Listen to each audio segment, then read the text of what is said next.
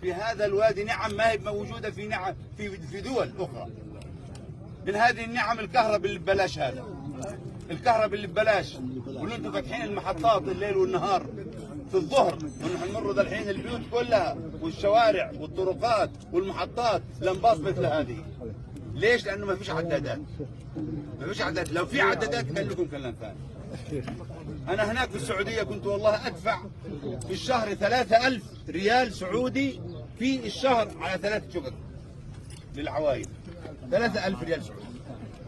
انظروا حتى ايش اللي حصل مني، كنت اطلع وانا طالع مع الدرج مطفي الدرج واطلع على نور الجوال، افتح الجوال واشوف كيف الدرج. ليش؟ لانه في فلوس. اما احنا بدون فلوس نعبث، هذا العبث والله يزيل النعمه. يا اخواني ارعوا النعمه والله بتزيلوها لا تروح منكم. انا بالامس كنت في الغازيه وشفت كيف الموتورات هناك وكيف الاعمال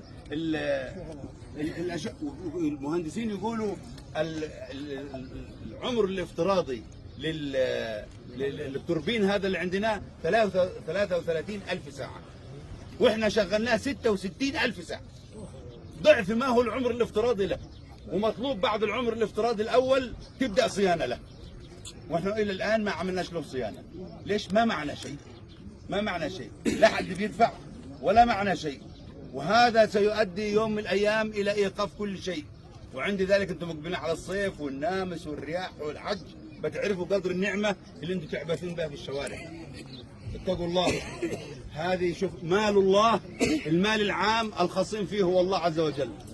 الخصيم فيه مش الدولة، الخصيم فيه الله. الخصيم فيه الله. أنا مالي أنا بدافع عن نفسي، وحقي أنا بدافع عنه، ولو جت لي حقي بقوم دونه وأدحنك. أما مال الله الناس مستضعفة الأمور ومستهينة بالشيء ويعبثون بالعبث الذي لا حاجة له. فراجعوا أنفسكم، والله أنتم مسؤولون عن المال العام، والله أنتم مسؤولون. وإذا زلت النعمة ستعضوا أنامل الندم ولا ينفعكم، ولا ينفعكم الندم عنادات. حافظوا على النعم، حافظوا على النعم اللي أنتم فيها، حافظوا على ما أنتم فيه من خير، حافظوا على أمنكم وسلامتكم، حافظوا على صفوفكم، اصلحوا ما بينكم، لا تتقاتلوا، لا تتقاتلوا فيما بينكم، لا تبتروا.